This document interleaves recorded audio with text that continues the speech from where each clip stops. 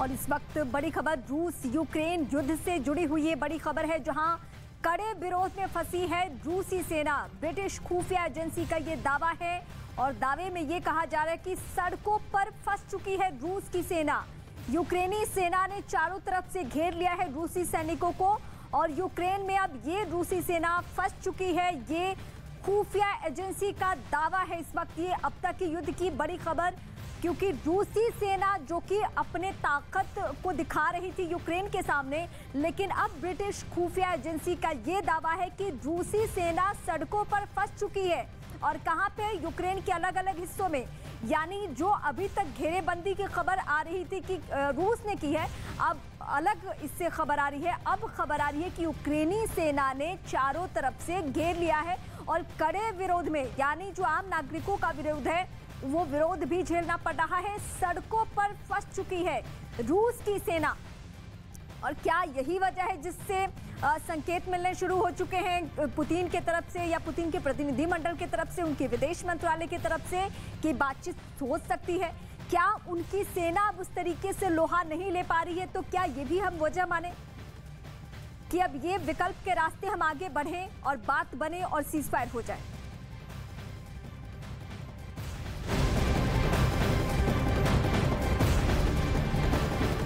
की सेना ने क्यू को घेर लिया है। क्यू पर रूस का हमला। क्यू में कई इमारतों में आग, भारी गोलीबारी से कई घरों को नुकसान पहुंचा है। और ये तस्वीरें इस वक्त हम आपको दिखा रहे हैं। ये क्यू का इमारत और जहां पे कई इमारतों को तबाह किया है यूक्रेन की सेना ने। रूसी सेना ने ये तबाही मचाई है क्यू का ये पूरा इलाका। और एक एक करके तस्वीरें हम आपको दिखा रहे हैं जहां क्यू पर कैसे हमला हुआ है।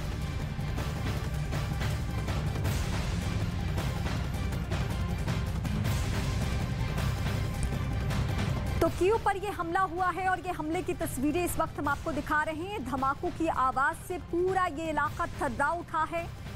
ये इस वक्त हम तस्वीरें दिखा रहे हैं राजधानी क्यू की, जहां को लेकर टारगेट बिल्कुल साफ है। और टारगेट ये है कि चारों तरफ से यहाँ किलेबंदी हो, घेरेबंदी हो और सबसे पहले इसे फतह किया जाए। इस क्यू को फतह करने का मतलब तख्ता पलट आसानी से हो जाना। लेकिन इसी बीच अब तो खबर निकलकर ये भी सामने आ रही कि रूसी सेना जो वार कर रही है वो खुद फंस गई है, वो खुद लोगों के विरोध में फंस गई है। ये ब्रिटेन की खुफिया एजेंसी का दावा है और ये खुफिया एजेंसी इस तरीके का दावा कर रही है। और ये रूसी सेना का मूवमेंट भी हम दिखा रहे हैं।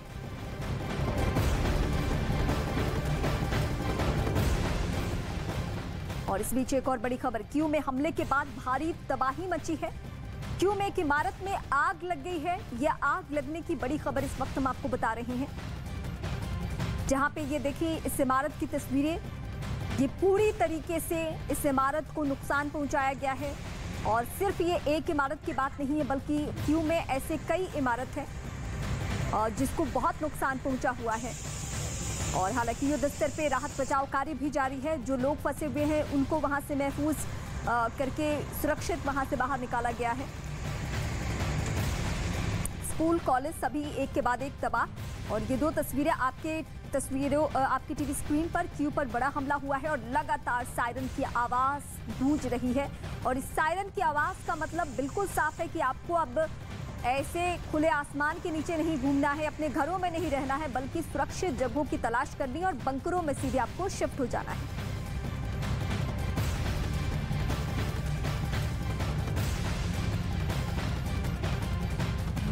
ये तस्वीरें इस वक्त हम आपको दिखा रहे हैं। ये क्यू की तस्वीरें हैं और ये क्यू की सुबह से हम तस्वीरें आपको दिखा रहे हैं।